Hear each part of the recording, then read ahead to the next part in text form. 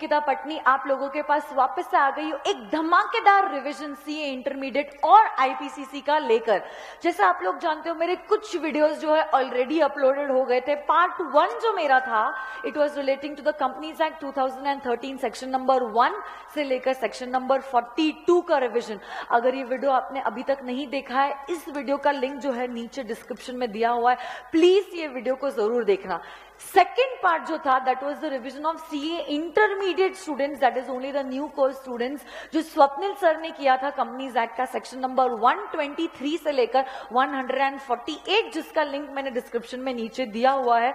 और तीसरा पार्ट जो था उसमें 2 टॉपिक्स कवर हुए थे। एक था the Indian contract act, all the 5 kinds of special contracts applicable to intermediate students as well as CA IPCC students। और उसके बाद जैसे ही मेरा इंडियन कॉन्ट्रैक्ट एक्ट खत्म हो गया था, सर ने पढ़ाया था और सर ने रिवीजन लिया था of IOS, interpretation of statute, which is applicable for only the new course that is intermediate students, जिसका लिंक मैंने नीचे डिस्क्रिप्शन में दिया है।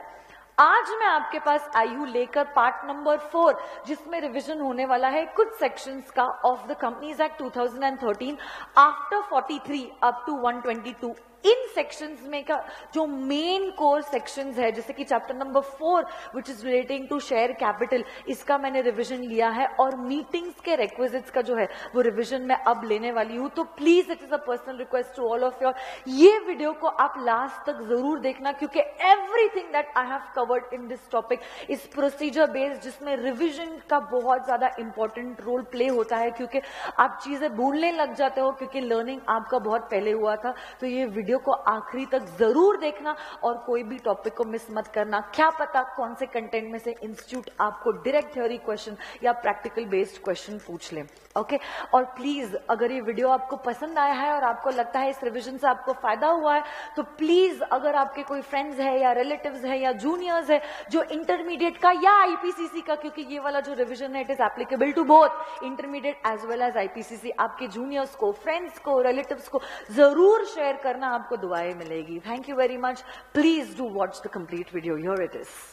आपकी जो बुक्स है, या तो अगर आपके पास आपकी मेन बुक होगी वो आप आपके सामने रखिए, या तो अगर आपकी चार्ट बुक आपने आज लाई है, please open the chart book and do the revision from that particular book. जो भी बुक से आप कंफर्टेबल हो उसी बुक को आपके सामने रखना और उसी बुक से आपको रिवीजन करना है। And remember, this revision is for you all, it is not for me, so everyone has to be involved in the revision process। हमेशा की तरह जैसे मैंने पहले कहा है, please be involve in the revision process. जो भी याद आ रहा है, जितना भी याद आ रहा है, प्लीज बोलने की कोशिश कीजिए, उससे चीजें और ज्यादा समय के लिए रिटेन रहती है। जो नहीं आ रहा है आपकी बुक में मार्क करते जाइए, ताकि घर पे जब आप उसे वापस से रिवाइज करोगे यू नो कौन से टॉपिक्स पे ज्यादा फोकस करना है और कौन से टॉपिक को कम फोकस करके फास्ट ट्रैक मैनर में हमें पढ़ना है। तो देखो, क्योंकि एग्जामिनेशन के एक दिन पहले क्या होने वाला है, समय चीटी जितना और सिलेबस पहाड़ जितना। It is going to be almost next to impossible to revise everything in one day।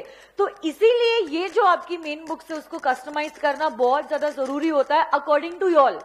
Book में कंटेंट तो सब कुछ मैंने कवर किया है, बट अब आप लोगों को आपके हिसाब से इसको कस्टमाइज करना जरूरी है, क्योंकि every student is a unique student. हो सकता है इसे कुछ डिफिकल्ट है, वही सेक्शन इन्हें इजी है। It can also be the other way around. इन्हें कुछ सेक्शन जो है वो डिफिकल्ट लगता है और इन्हें काफी आसान लगता है। तो आपको खुद जज करना है what are those sections which are difficult for you all and easy for all, और उसी के हिसाब से आप आपकी बुक्स को अभी के अभी कस्टमाइज करने वाले हो। एंड एवरीवन हैज टू से द आंसर्स। ओके, शुरू करती हूं विद सेक्शन नंबर 43 जो कहता है अबाउट शेयर कैपिटल। मुझे बताइए, shares of any company can be of 2 types. What are these 2 types? Equity shares and preference shares.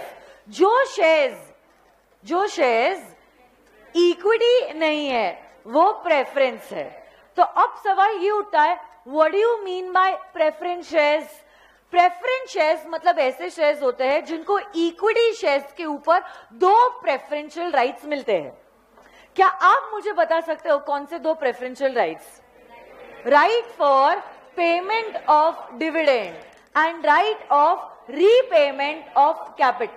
तो रीपेमेंट का कैपिटल हो रहा है या डिविडेंड का पेमेंट हो रहा है, इक्विटी शेयर्स को देने के पहले क्या ये पैसा दिया जाएगा to our preference share holders. यही preference shares can they be of various types. So on the basis of dividend preference shares can be cumulative and non cumulative.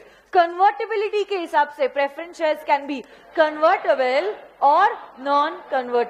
Participation के हिसाब से दे कैन बी पार्टिसिपेटिंग और non participating.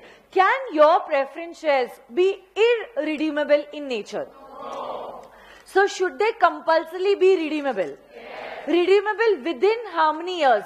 20 years. But in case of infrastructure companies, the act has allowed 30 years. But 21st year se kam you will have to redeem 10% of the amount of preference shares. Yes or no guys? बोलो ना. Equity shares के भी दो types है.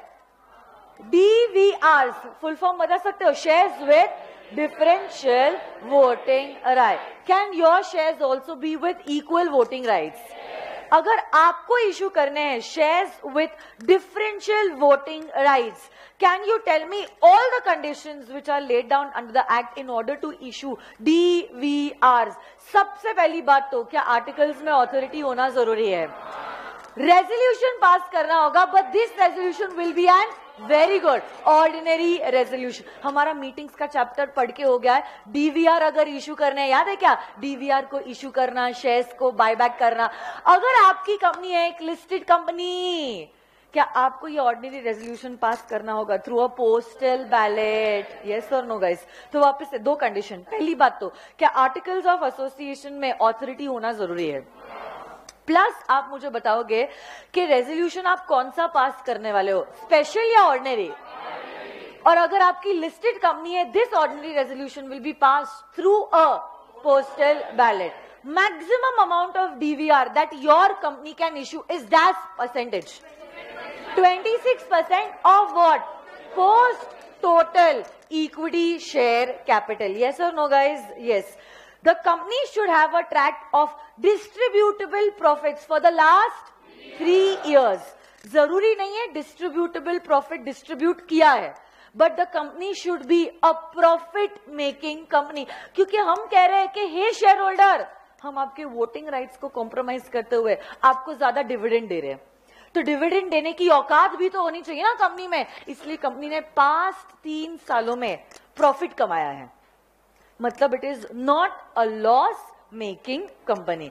Plus the next condition says that the company should not have defaulted in filing 2 चीजें. कौन सी 3? Financial statements and annual returns for the last 3 immediately preceding financial years. Yes or no guys? Financial statements मतलब आपका profit and loss account and balance sheet. Annual return आपने पढ़ा है section number 92. There is a whole big list of many things stated in the annual return. तो ये दोनों भी document तीनों भी सालों में आपने फाइल करने में डिफॉल्ट नहीं किया है, तो आप डीवीआर इश्यू कर सकते हो. नहीं समझा आपको? बताओ तो मुझे ये सारे 4-5 कंडीशंस जो अभी तक मैंने डिस्कस की है, वापस से बताओ तो 5 कंडीशंस. आर्टिकल्स में ऑथोरिटी होना जरूरी है, ऑर्डिनरी रेजोल्यूशन पास करोगे, 26% of the total post issue paid up equity share capital से ज्यादा आपका डीवीआर नहीं हो सकता. डिस्ट्रीब्यूटेबल प्रॉफिट होने in the past 3 and not defaulted in filing which 2 things? Financial statements and annual returns in the last 3 preceding financial years. साथ ही साथ there is no subsisting default. Subsisting मतलब existing default. There is no subsisting default in the payment of declared dividends. दिख रहा है क्या आपको? Declared dividends to its shareholders or repayment of its matured deposits, or the redemption of preference shares or the redemption of debentures. तो subsisting मतलब live existing default नहीं है in the payment of declared dividends, in the repayment of the matured deposits, or on the redemption of preference shares or on the debentures. Plus deposits पे दिया जाने वाला interest, preference shares पे दिया जाने वाला डिविडेंड या डिबेंचर्स पे दिया जाने वाला इंटरेस्ट, इसमें भी कोई भी डिफॉल्ट आपने नहीं किया है तो ही आप डीवीआर इशू कर सकते हो. And the last point says, हाँ और 2 पॉइंट्स है, साथ ही साथ कोई भी बैंक या फाइनेंशियल इंस्टीट्यूशन से अगर कंपनी ने लोन लिया है, इसका भी इंटरेस्ट या रीपेमेंट में कंपनी ने डिफॉल्ट नहीं किया है. एंड देयर आर 4 एक्ट्स जिसमें you have not been penalised in the preceding 3 years. आप बता सकते हो कौन से है वो एक्ट्स? एक तो RBI act, SEBI, SCRA and FEMA. कौन से बताओ तो? आरबीआई एक्ट, सेबी के guidelines, SCRA securities contract regulation act and lastly is FEMA. FEMA is for foreign exchange management act. ये 4 सालों में, पिछले 3 सालों में आप पीनलाइज नहीं हुए. ये 4 एक्ट में पिछले 3 सालों में आप पीनलाइज नहीं हुए, तब आप डीवीआर इशू कर सकते हो. तो ये है A to H conditions. Okay चलो देखो मैं क्या कह रही थी. Now this is a direct theoretical question which was asked even in May 18 attempt. तो अगर आपकी कंपनी डीवीआर इशू करना चाहती है, कौन से होंगे वो सारे कंडीशंस जो आपकी कंपनी को कंप्लाई करने होंगे? तो दो students who are weak in the learning part, आपको ये सारे कंटेंट पे ज्यादा फोकस करना होगा क्योंकि इनमें आपने जितने पॉइंट्स लिखे उसी के मार्क्स मिलेंगे. जो नहीं लिखा है उसके मार्क्स स्ट्रेट अवे कट होने वाले हैं. So you have to make it a point that you are writing all the points in such theoretical answers. तो अगर डीवीआर से रिलेटेड जैसे इंस्टीट्यूट अगर कोई भी सवाल पूछती है, ये A to H सारे के सारे पॉइंट्स आपको लिखने होंगे तो ही आपको मार्क्स मिलेंगे. Otherwise you can not expect full marks in such a theoretical question.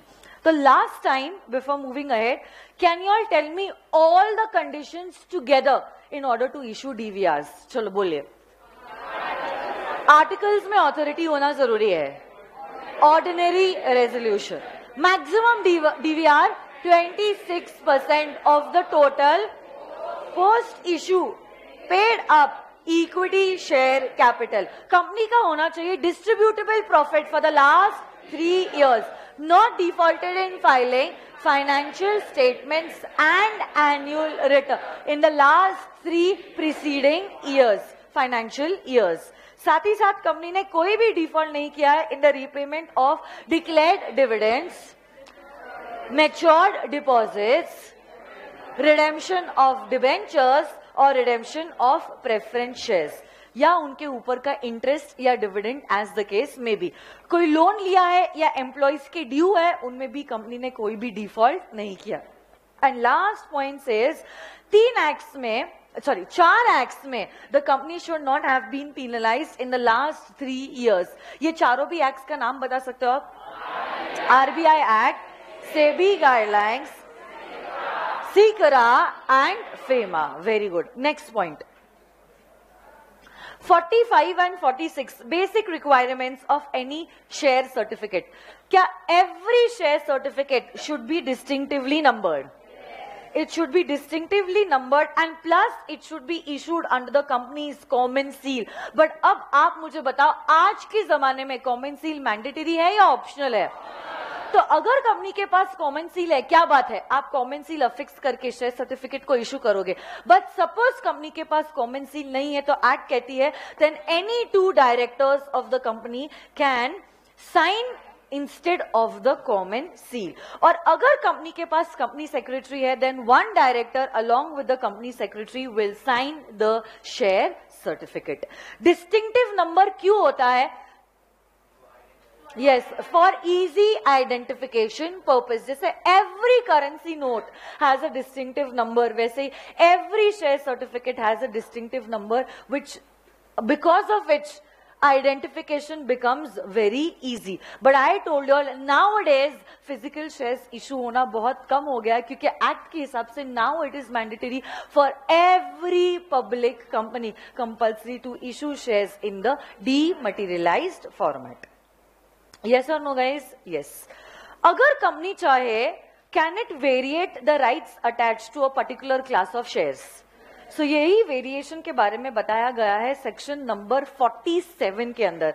अब इसमें एक अमेंडमेंट आया था, मैंने अमेंडमेंट ऑलरेडी आपको बताया था। This 47 is an exception to 3 sections, section 43, section number 50 and section number 188। 43 जो अभी कुछ मिनटों पहले मैंने रिवाइज किया था, डीवीआर।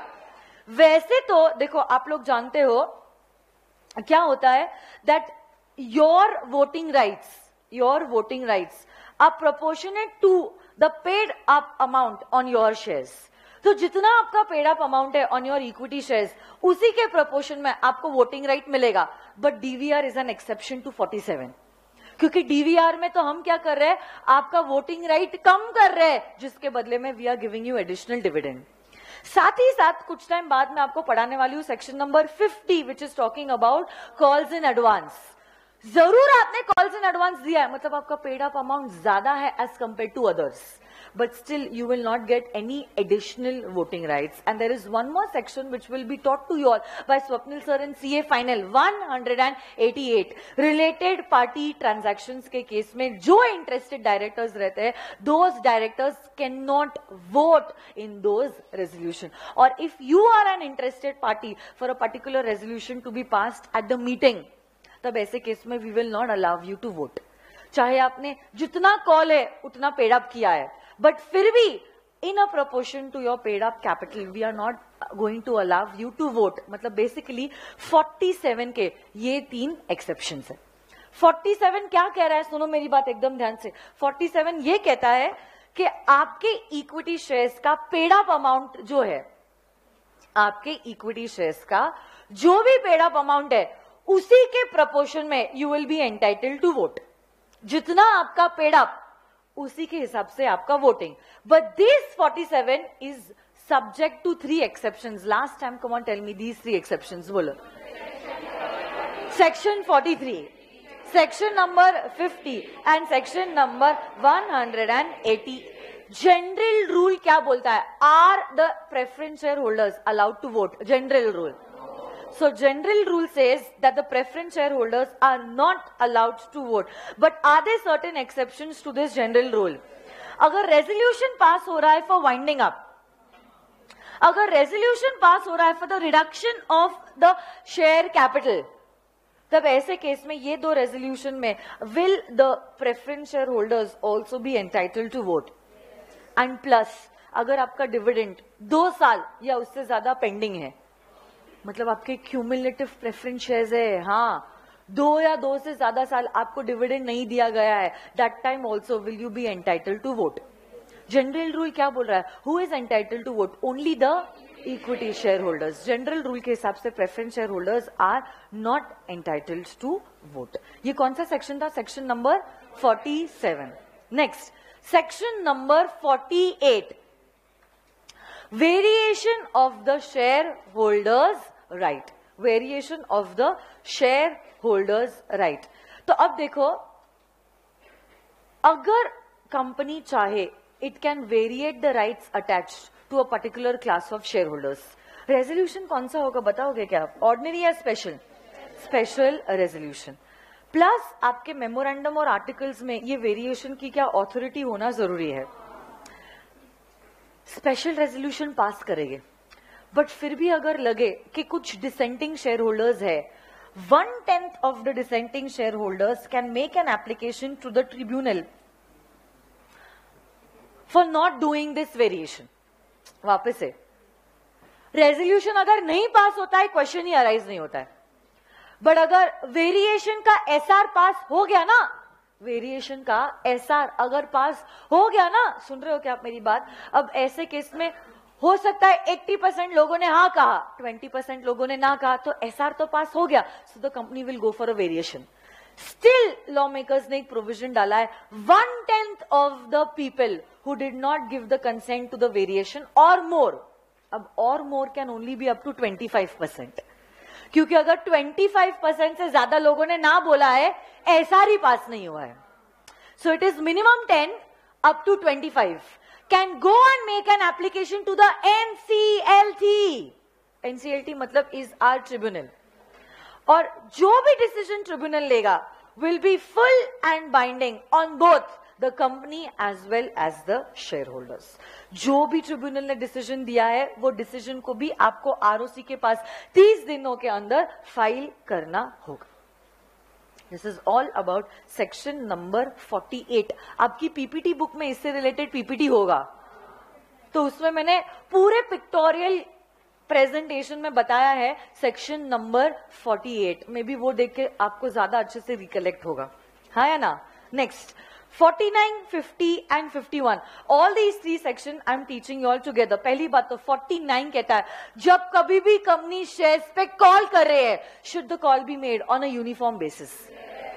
कॉल्स पे क्या कोई भी डिस्क्रिमिनेशन हो सकता है? नहीं. Every call that the company is making should be made on a uniform basis. It can not be made on a discrimination. Once a call is made, it is going to be a debt due towards the company. Who has the authority to make a call on the shares? Who has the authority to make a call on the shares? The board of directors. So a single director cannot make the calls on a share. सही है गलत? बोलते क्यों नहीं? Calls in arrears पे अगर articles authorise करे, क्या कंपनी इंटरेस्ट चार्ज कर सकती है? What is the maximum interest that the company can charge? 10% or a lower rate as may be prescribed in the company's article. Can a company, if authorized by its article, accept calls in advance? Yes. Calls in advance पे क्या extra आपको voting right मिलता है? नहीं. But क्या dividend मिल सकता है? ये जो कॉल्स इन एडवांस का पैसा है, अगर आर्टिकल्स ऑथराइज करे, क्या आपको उस पे इंटरेस्ट भी मिल सकता है? Interest maximum can go up to 12% per annum. Plus, last point, ये calls in advance का पैसा will be given to the member only during the company's winding up. उसके पहले आप ये पैसे को डिमांड नहीं कर सकते. वाइंडिंग अप के वक्त भी किसको देने के बाद आपको ये पैसा मिलेगा?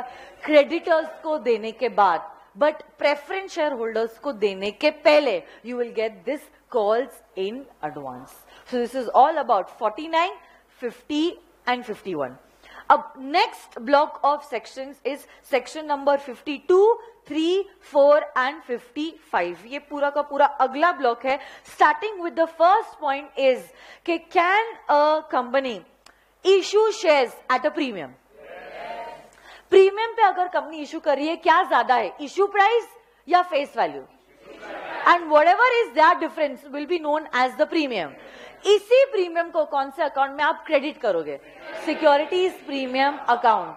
Securities premium account balance can be utilised for 5 purposes. What are these 5 purposes? Can you tell me the memory technique? Preliminary bonus shares को डिस्काउंट पे या प्रीमियम पे बाय बैक कर. Preliminary is for preliminary expense. अच्छा, bonus shares is for discount is for discount on issue of shares or dividend. Premium is for premium on redemption of preference and buyback is for buyback. But agar aapki company is a company covered under 133, you can utilize this payment only for 3 reasons. What are these 3 reasons? Bolo. Bonus shares, buyback, discount on issue of shares और dividend. वापस से 3 कारण बोलो तो. दोनों B है, bonus shares and, और last है शेयर्स और डिवेंचर्स. जनरल रूल क्या बोलता है? 53 नेक्स्ट वाला section. Can a company issue shares at a discount? What is the general rule saying? Can a company issue shares at a discount? But अब amendment के बाद इसके 2 एक्सेप्शन है. याद है क्या आपको? एक है 54. What is 54? Sweat equity share. So can sweat equity shares B issued at a discount? एक तो ये है स्वेट इक्विटी शेयर्स, जो अगला ही सेक्शन है 54. Those shares can be issued at a discount. और एक दूसरा एक्सेप्शन आया है that a company can issue shares at a discount to its creditors when the debt is getting converted into shares. A company can issue shares at a discount. To whom? Only its creditors. Why is it issuing shares to its creditors? In order to convert its debt into the shares under a statutory resolution plan. Yes or no guys? Yes. Sweat equity shares क्यों issue किए जाते हैं? Yes, अगर कोई director या employ को कोई technical know how है या इंटेलेक्चुअल प्रॉपर्टी है, आप उसको रिवॉर्ड करने के लिए क्या कंपनी के दे रहे हो? स्वेट इक्विटी शेयर्स, ताकि वो को ओनर बन जाए कंपनी का और कंपनी के प्रॉफिट और सक्सेस में वो भी भागीदार बन जाए. Can sweat equity shares B issued at a discount? Sweat equity shares को इशू करने का क्या आप बता सकते हो रेजोल्यूशन, ऑर्डिनरी या स्पेशल? अगर आपकी कंपनी लिस्टेड है, कंपनीज एक्ट के साथ साथ क्या सेबी के गाइडलाइंस भी फॉलो करने पड़ेंगे? इसी स्वेट इक्विटी शेयर्स को बेचने के लिए there is a lock in period of 3 years. Plus last point है स्वेट इक्विटी शेयर्स का स्पेशल बिजनेस भी है. ये स्पेशल बिजनेस, तो जब कभी भी आप रेजोल्यूशन पास करवाते हो क्या एक्सप्लेनेटरी स्टेटमेंट देते हो? इसी एक्सप्लेनेटरी स्टेटमेंट में क्या होंगे? Material facts. 5 मटीरियल फैक्ट्स है, याद है क्या आपको? किसको इशू कर रहे हो, क्यों इशू कर रहे हो, कितने शेयर्स इशू कर रहे हो, क्या प्राइस पे कर रहे हो और मार्केट का प्राइस क्या है. कुछ याद आ रहा है क्या? थोड़ा थोड़ा या सब कुछ? सब कुछ बताओ. 5 चीजें which will be considered as material facts. बोलो, किसको इशू कर रहे हो, क्यों इशू कर रहे हो, कितने शेयर्स इशू कर रहे हो, क्या प्राइस पे कर रहे हो और मार्केट का प्राइस क्या है. तो जब कभी भी आप इशू करते हो स्वेट इक्विटी शेयर्स, आपको देना होता है एक एक्सप्लेनेटरी स्टेटमेंट और जिसी में लिखे गए जाते हैं ये सारे material facts. 55 is talking about issue as well as redemption of preference shares. Can a company issue irredeemable preference shares? तो देखो आपको दिख रहा है, no company can issue preference shares which are irredeemable in nature. तो अगर आप irredeemable preference shares issue नहीं कर सकते, compulsory your preference shares have to be redeemable. Redeemable within how many years? Come on tell me. Within a period of, और 21st year से आपको कितना पैसा वापस देना पड़ेगा? 10% of the redemption value. Yes और no guys? Can you tell me the 2 sources of redeeming your preference shares? Face value, past profits या तो फिर fresh issue of shares. Past profit में से अगर पैसा इस्तेमाल किया गया है, an equivalent amount has to be transferred to capital redemption reserve account, and this CRR account can be utilized only for one purpose, and the issue of fully paid up bonus shares to the existing equity share holders. और एक चीज बताइए ना, can you redeem your preference shares at a premium? अगर आप premium पे redeem कर रहे हो, प्रीमियम क्या amount can be given out of 2 sources. Which are these 2 sources? Securities premium या तो फिर पास्ट प्रॉफिट्स. सिक्योरिटीज प्रीमियम याद है ना आपको? प्रिलिमिनरी बोनस शेयर्स को डिस्काउंट पे या प्रीमियम पे प्रीमियम पे प्रीमियम पे बाय बैक करूं. Premium is for what? Premium on redemption of preference shares. Yes और no guys? Yes. Next 56, 57, 58 and 59 is another bunch of section. तो घर पे भी जब आप रिवाइज करोगे ना, ये जो बंचेस ऑफ सेक्शन है आप वैसे ही रिवाइज करना. कुछ समझ रहा है क्या आपको? सो देखो, this chapter is a very big chapter. Chapter number 4 is a very big chapter under the Companies Act. आप क्या कर सकते हो, इसको पार्ट्स में डिवाइड कर सकते हो, तो घर पे पढ़ना आसान होगा. And this chapter is going to take a lot of time. Why it is going to take a lot of time? जब मैंने पहली बार आपको बताया था क्लास में, तब इन डिटेल मैंने आपको बताया ही था, क्योंकि इसमें मेरी मेहनत कम है और आपकी मेहनत ज्यादा है. This chapter is a purely procedure based chapter. तो उसमें कंसेप्चुअल क्लैरिटी तो एक बार बता दिया, यू विल बी क्लियर. बाद में रोल जो आएगा that is going to be memorising. और मेमोराइजिंग मैं तो अनफॉर्चुनेटली आपके लिए करवा नहीं पाऊंगी, वो तो आपको खुद के लिए ही करनी होगी. इसीलिए तो मेमोराइजिंग आसान हो जाए, ये रिविजन सेशंस हो रहे हैं, ताकि क्या होगा, घर पे आसानी से क्लिक हो जाए और लर्न करने के लिए आसान हो जाए. नहीं तो बहुत डिफिकल्ट जाता है, क्योंकि पढ़ाया कब जाता है, रिविजन कब होता भी है या नहीं भी होता है कहीं और, तो हो क्या जाता है, गैप हो जाती है. और जितनी गैप बढ़ती जाती है उतना आप भूलने लग जाते हो. So hence these revision sessions are being conducted ताकि आप भूलो कम, नहीं तो क्या हो जाएगा, you all will start forgetting things. And if you are starting to forget things, it is going to be more challenging for learning the things.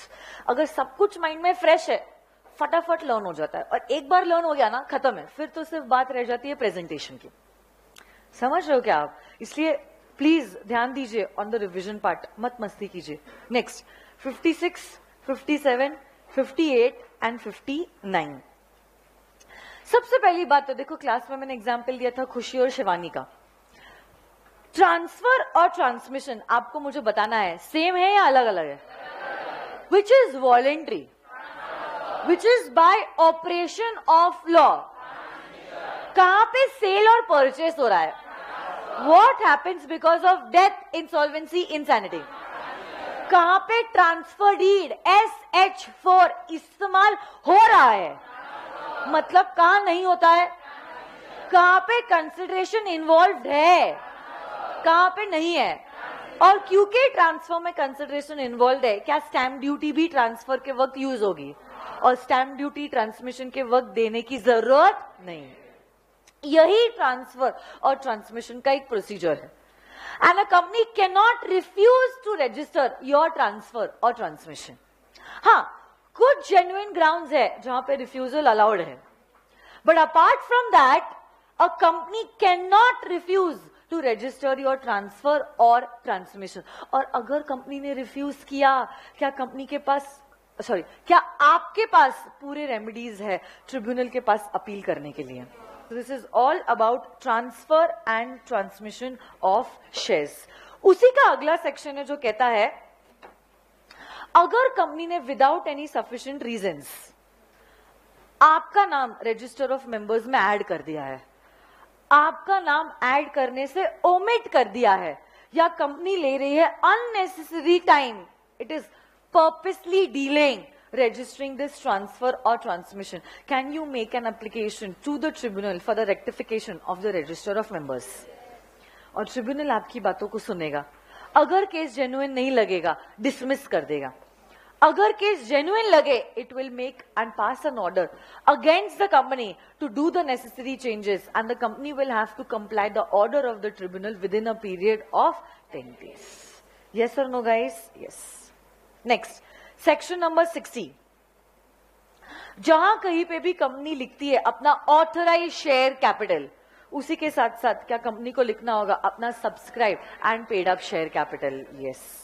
फिर 61, खैर प्रीवियस रिवीजन में मैंने 61 रिवाइज किया था जब मैं अल्ट्रेशन ऑफ शेयर कैपिटल पढ़ा रही थी, बट क्योंकि अब यहां पे वापस आया है, मैं ये रिवीजन वापस से लेना चाहती हूँ. 5 सर्कमस्टेंसेस है जो एक्ट में दिए गए हैं which result into an alteration of your share capital. Can you tell me these 5 reasons?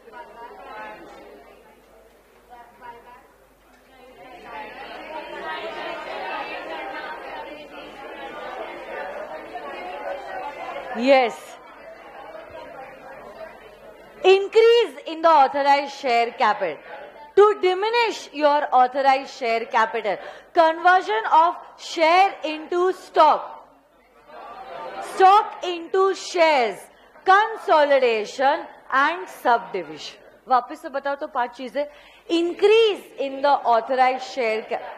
To diminish your authorized share capital, conversion of share into stock, stock into shares, consolidation and subdivision. तो 61 बताता है वो 5 circumstances जिनके द्वारा company का authorise share capital alter होता है, मतलब कंपनी का MOA का कैपिटल क्लॉज जो है वो अल्टर होता है. Next is section number 62, further issue of share capital. Further issue के लिए can a company go to its existing members. Existing members के पास जब कंपनी जाती है, इसी को क्या कहते हैं? A right issue. Whenever a company is going for a right issue, should it offer shares to all its existing equity shareholders? As a member, you have 3 things, 3 options. 1, can you subscribe to the right shares? Can you renounce your right? And can you do nothing? Yes or no, guys? Yes. Next, can a company also go to its existing employees? Existing employees के पास जब company जाती है उसको क्या कहते हैं? ESOP, employees stock option plan. और लास्ट है ना एग्जिस्टिंग मेंबर्स, ना existing employees can we also go to others. Others can either be a private placement or a public offer. Yes or no, guys? Yes. Next. Can a company issue bonus shares? Bonus shares, are they issued for consideration or free of cost? Tell me the 3 sources out of which you can issue bonus shares. CRR, securities premium, free reserves. वापस से बोलो तो CRR, securities premium या free reserves. Bonus shares issue करने के लिए क्या articles में ऑथोरिटी होना जरूरी है? रेजोल्यूशन लगता है मीटिंग का, and this resolution that is required is an ordinary resolution. The company should not have defaulted in the payment of any statutory dues of its employees. तो ही कंपनी जो है वो इशू कर सकती है बोनस शेयर्स. यस और no guys? Swapnil sir ने खैर आपको पढ़ाया ही होगा, बट फिर भी मैं यहां पे कह देती हूं, you can not issue bonus shares in lieu of your dividend. तो अगर कंपनी ने डिविडेंड डिक्लेयर किया है, dividend compulsory has to be paid in cash or cheque as the case में बी. बट डिविडेंड ना देते हुए आप कंपनी के मेंबर्स को बोनस शेयर्स इशू नहीं कर सकते. So bonus can not be a substitute to your dividend. हाँ, अगर आप चाहते हो आप डिविडेंड ना देते हुए बोनस इशू करो, वो चलेगा. बट अगर आपने डिविडेंड डिक्लेयर किया है, यू हैव टू पे dividend in cash. You can not give bonus shares instead of paying out the amount of the dividend. Yes और नो गाइज? बोलो ना. रिडक्शन ऑफ शेयर कैपिटल, वो capital को कम करना जो कंपनी बुला सकती है या कंपनी ने बुला लिया है. वो कैपिटल को कम करना जो कंपनी बुला सकती है या कंपनी ने बुला लिया है. कुछ याद आ रहा है क्या आपको? नहीं याद आ रहा है ना? चलो कोई बात नहीं. पहली बात तो मुझे बताओ, रिडक्शन के लिए क्या आर्टिकल्स में ऑथोरिटी होना जरूरी है? रेजोल्यूशन कौन सा है for reduction of share capital? Ordinary या स्पेशल? Special resolution. प्लस क्या ट्रिब्यूनल का अप्रूवल लगेगा? ट्रिब्यूनल 3 महीनों का समय लेगा और बहुत लोगों को नोटिस देगा whether to go for the reduction और not go for the reduction. कौन से लोगों को नोटिस भेजता है tribunal? Central government, ROC and SEBI. Plus creditors को भी नोटिस दी जाएगी. क्रेडिटर्स का कंसेंट नहीं मिला, try to convince them. Convince नहीं हुए, try to give them security. Security से भी ना माने, पे देम ऑफ. उसी के बाद the tribunal will pass an order for your reduction of share capital. Once the resolution is pass, you can go for the reduction. और reduction जैसे ही हो गया, आपके कंपनी के नाम के आगे 5 years तक एंड रिड्यूस्ड ब्रैकेट में लिखना जरूरी है. So this was the procedure for reduction of share capital, which is section number 66 of the companies act 2013. Next 67, section number 67 और उसी से कनेक्टेड फिर 68 और 69 भी है. कुछ याद आ रहा है क्या? And plus 70 also. सबसे पहली बात तो 67 कहता है, सुनो मेरी बात एकदम ध्यान से, ये कहता है कि कोई भी कंपनी जो है वो किसी को भी फाइनेंस नहीं कर सकती है अपने शेयर्स खरीदने के लिए, या कंपनी खुद अपने शेयर्स नहीं खरीद सकती. तो कंपनी खुद अपने शेयर्स नहीं खरीद सकती, प्लस किसी और को भी वो फाइनेंस नहीं दे सकती है to purchase its shares. But yes, इसी 67 का एक्सेप्शन है सेक्शन नंबर 68. यस और नो गाइस? बोलो ना, हाँ या ना? बट इस 67 के और भी कुछ एक्सेप्शन है. अगर आपकी कंपनी है एक बैंक, तो क्या ये अलाउड है? आपने आपके एम्प्लॉय को लोन दिया है आपकी कंपनी के शेयर्स खरीदने के लिए, प्रोवाइडेड दिस लोन का amount is not exceeding how many months of his salary? 6 months of his salary. तभी भी क्या चलेगा? बोलो ना. और एक एक्सेप्शन है, कोई स्कीम के द्वारा, देखो एक तो बैंकिंग कंपनी है, कोई स्कीम के द्वारा स्पेशल रेजोल्यूशन पास करके ट्रस्ट के थ्रू, ट्रस्टी के थ्रू आपने for the benefits of the employee अगर पैसा दिया है to purchase the shares of the company, तो भी ये चीज अलाउड है। वापस से मैं पूरा का पूरा सेक्शन आप लोगों को रिपीट करके कहती हूँ, सुनो मेरी बात। 67 शुरू हुआ है कहते हुए कि कोई भी कंपनी खुद अपने शेयर्स नहीं खरीद सकती, प्लस वो किसी और को भी फाइनेंस नहीं दे सकती है अपने शेयर्स खरीदने के लिए। बट अगर ये फाइनेंस दिया गया है to by a banking company, it is allowed. ये फाइनेंस दिया गया है to a trustee in pursuance of a scheme which was laid down for the benefit of the employees, it is allowed. And third exception जो है वो कहता है कि अगर आपने आपके एम्प्लॉय को लोन दिया है and this loan amount is not exceeding the employee's 6 months salary, still it is going to be allowed. इसी 67 का चौथा एक्सेप्शन है बायबैक। बायबैक के द्वारा अब कंपनी अपने खुद के शेयर्स परचेज कर सकती है। Can you tell me the 3 sources of buyback? Tell me the 3 sources of buyback. Come on. Free reserves, securities premium account and proceeds of issue of share. कोई भी पैसा जो आपने यूटिलाइज किया है फ्रॉम फ्री रिजर्व्स और securities premium account, will it be transferred to CRR account? And this CRR balance can be utilized only for the issue of fully paid up bonus shares. What is the maximum amount of buyback that a company can do if the resolution passed is at the directors meeting? 10% of the total paid up equity share capital and free reserves. But अगर इससे ज्यादा buyback करना है, the company can go for a buyback, but BR से बात नहीं चलेगी, तब पास करना होगा SR. SR पास करके कितना बायबैक हो सकता है? 25% of what? Paid up capital and free reserve. But in 1 year, a company cannot go for a buyback of more than 25% of the paid up equity share capital. Buyback के बाद debt equity ratio should not be more than 2:1. Physically, the securities have to be destroyed within how many days?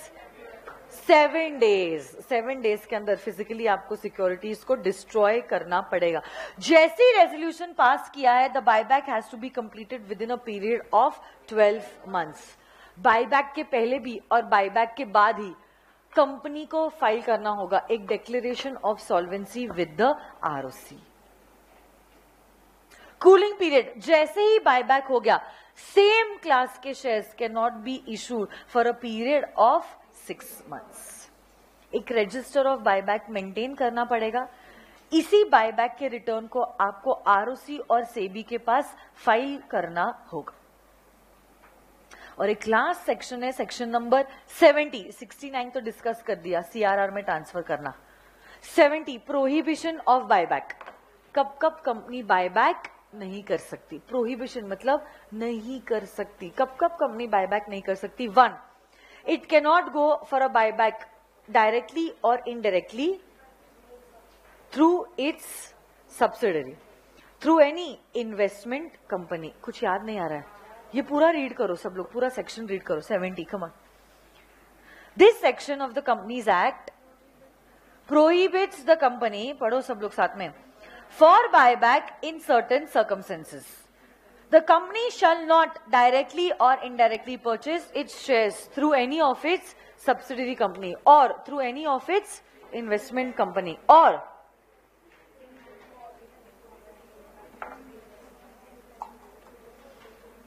कोई भी default company ने किया है, repayment of deposit या उसका interest, redemption of debentures या उसका इंटरेस्ट, रीपेमेंट ऑफ लोन या उसका interest, redemption of preference shares या तो उसका डिविडेंड, तब ऐसे केस में company can not go for a buyback.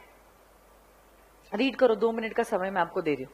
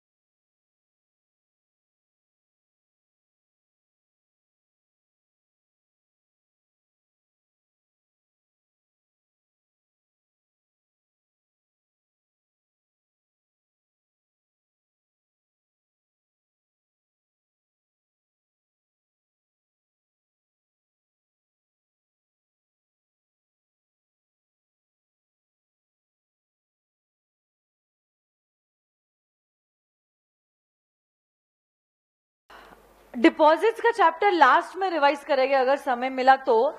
सबसे पहले I want to revise the chapter of meetings. Meeting से रिलेटेड जैसे ही सेक्शंस खत्म हो जाएंगे I will go to charges. Charges के बाद अगर समय बचता है रजिस्टर्स, एनुअल रिटर्न्स के सेक्शन करूंगी एंड देन शायद ही बचेगा समय डिपॉजिट्स होगा। Otherwise deposits would be an homework for all. इतना तो मैंने रिवीजन करवा ही दिया है, इसलिए डिपॉजिट्स आप प्लीज होमवर्क की तरह रिवाइज कर लेना। फिलहाल आपके पापा चार्ट पे आ जाइए of the meetings chapter.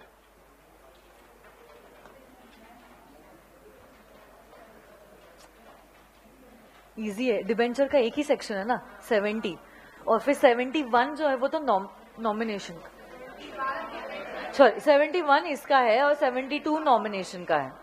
It is okay, easy है बहुत डिबेंचर्स। यहां पे आओ ना, कहां पे? डिपॉजिट्स का चैप्टर नहीं, डायरेक्टली चैप्टर नंबर 7। हाँ, management and administration. Page number क्या होगा?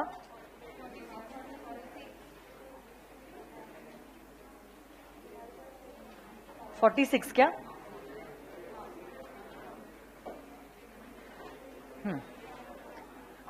Okay,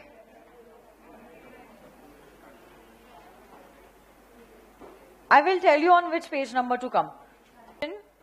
Is what is my next question? What is the, अच्छा ये बिजनेस देख लेते। बिजनेसेस दो टाइप के होते हैं, कौन से बोलो? Ordinary business, special. जो बिजनेस ऑर्डिनरी नहीं है तो क्या होते हैं ऑर्डिनरी बिजनेसेस? अड्डा। क्या है अड्डा बोलो? Appointment of auditors, appointment of direct, declaration of dividend and to consider and adopt the financial statements. Very good. Acha, next question is what is the quorum in case of a private company and public company? Now it will depend. Public company का हो सकता है 5, 15 और 30. If the number of members is up to 1000, more than 1 up to 5000. And more than 5000, 30 members personally present. So will proxies be counted for quorum purpose? अच्छा, quorum नहीं आया within the first half an hour. Meeting shall stand adjourned. Adjourned meeting में भी quorum नहीं आया. Members present will be considered as, और क्या meeting validly conduct की जा सकती? But it is a meeting called by the members. And the quorum was not present. What will now happen? The meeting shall stand dissolved. Yes or no, guys? Yes. आप मुझे बताओगे, can you appoint a proxy for the meeting? Yes. तो अगर member को personally present होना possible नहीं है, can he appoint a proxy? Yes. Can a proxy speak at the meeting? No. Can he vote by show of hands? No. Can he vote by way of a poll? Can he be appointed as the chairman? No. Next, proxy जो है उसको appoint करने का form number क्या आप मुझे बता सकते हो? MGT11। यही MGT11 has to be deposited with the company within how many hours? 48 hours. अगर 48 hours से ज्यादा का समय लिखा है, it will be read as if it is 48 hours. proxy जितने भी कंपनी के पास डिपॉजिट हुए, क्या आप उसको इंस्पेक्ट कर सकते हो? इंस्पेक्ट करने के लिए कितने day prior notice? 3 days prior notice. कब से इंस्पेक्शन चालू कर सकते हो? 24 hours before the commencement of the meeting. और कब तक इंस्पेक्शन हो सकता है? Till the conclusion of the meeting. फिर आप क्लास को याद कीजिए, डिटेल में मैंने आपको पढ़ाया था। मैं भी चली गई, सर भी चले गए, मतलब मेंबर भी चलेगा, प्रॉक्सी भी चलेगा। किसका वोट वैलिड है? वाई? जैसे ही मेंबर मीटिंग में जाता है, will it act as an automatic revocation of the appointment of the proxy. फिर याद है सर और friend, prior proxy, later proxy. Proxy 1 भी गया, प्रॉक्सी 2 भी गया, दोनों ने वोट किया, किसका वोट वैलिड है?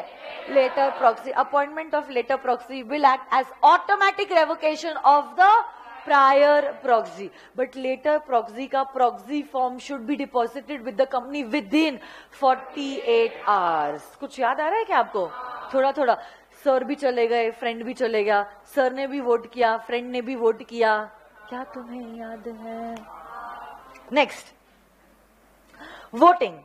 Voting can happen by 4 ways. Can you tell me these 4 ways? Show of hands, poll, electronic means and postal ballot. Show of hands का रूल बताइए. 1 member, 1 vote. पोल का रूल बताइए. 1 share, 1. सबसे पहले तो very natural mode of voting is by show of hands. But if later on a poll is demanded, the chairman will conduct the voting again through the poll system. Whatever was the decision through the poll system will be full and final and will be conclusive and will be concluded for the meeting purpose. Yes or no, guys? Yes. A proxy cannot vote by show of hands, but he can demand a poll and he can also vote through polling process. Proxy, एक person कितने लोगों का proxy हो सकता है? 50 लोगों के लिए वो प्रॉक्सीज होल्ड कर सकता है. Are proxies counted for quorum purpose? But are representatives counted for quorum purpose? Central government का रिप्रेजेंटेटिव, स्टेट गवर्नमेंट का रिप्रेजेंटेटिव, गवर्नर का रिप्रेजेंटेटिव, कोई आर्टिफिशियल बॉडी है जैसे कि कोई कंपनी है, कॉर्पोरेशन है, वो तो खुद चल के नहीं आ सकते. वो लोग क्या अपने रिप्रेजेंटेटिव को अपॉइंट करेंगे मीटिंग अटेंड करने के लिए? And will a representative be considered as a member personally present? ऐसा मानेंगे जैसे सीजी नहीं, मतलब वो बंदा नहीं, सेंट्रल गवर्नमेंट आया है, वो बंदा नहीं, वो कंपनी आई है. And if that person will be considered as a member personally present, are representative counted for quorum purpose?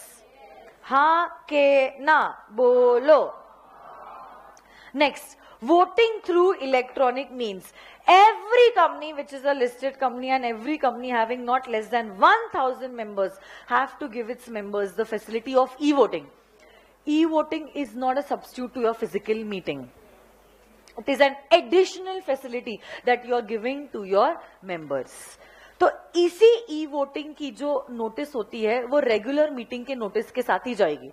तो रेगुलर मीटिंग की नोटिस में आप डे प्लेस आर एजेंडा लिखते थे, बट अब आप लिखोगे day place are agenda plus we are providing you with the facility of e vote. ये आपका यूजर आईडी, ये steps to generate the password. इतने दिनों के लिए ये जो सिस्टम है वो पोलिंग के लिए ओपन रहने वाला है, तो उसी के दौरान आपको लॉग इन करके वोट करना होगा. Once you have casted your vote through the electronic means, you will not be allowed to vote again in the physical meeting. Of course you can attend the meeting, क्योंकि meeting में voting के अलावा भी बहुत कुछ होता है, but you will not be allowed to vote again in the meeting. क्या स्क्रूटनाइजर को अपॉइंट करना जरूरी है? यही स्क्रूटनाइजर जो है can be either a practising CA, CS, CMA or an advocate. यही स्क्रूटनाइजर अपनी रिपोर्ट बनाएगा और दे देगा to the chairman. Chairman physical meeting को कंडक्ट करेगा, वहां देखेगा कितने फेवर में कितने अगेंस्ट, और एक कंसोलिडेटेड रिपोर्ट बनाई जाएगी, रिजल्ट लिखा जाएगा और इसी रिजल्ट को क्या कंपनी के वेबसाइट पे भी प्लेस किया जाएगा. And this e voting facility, जैसे ही वो समय खत्म हो जाता है वो पोर्टल भी ब्लॉक हो जाता है.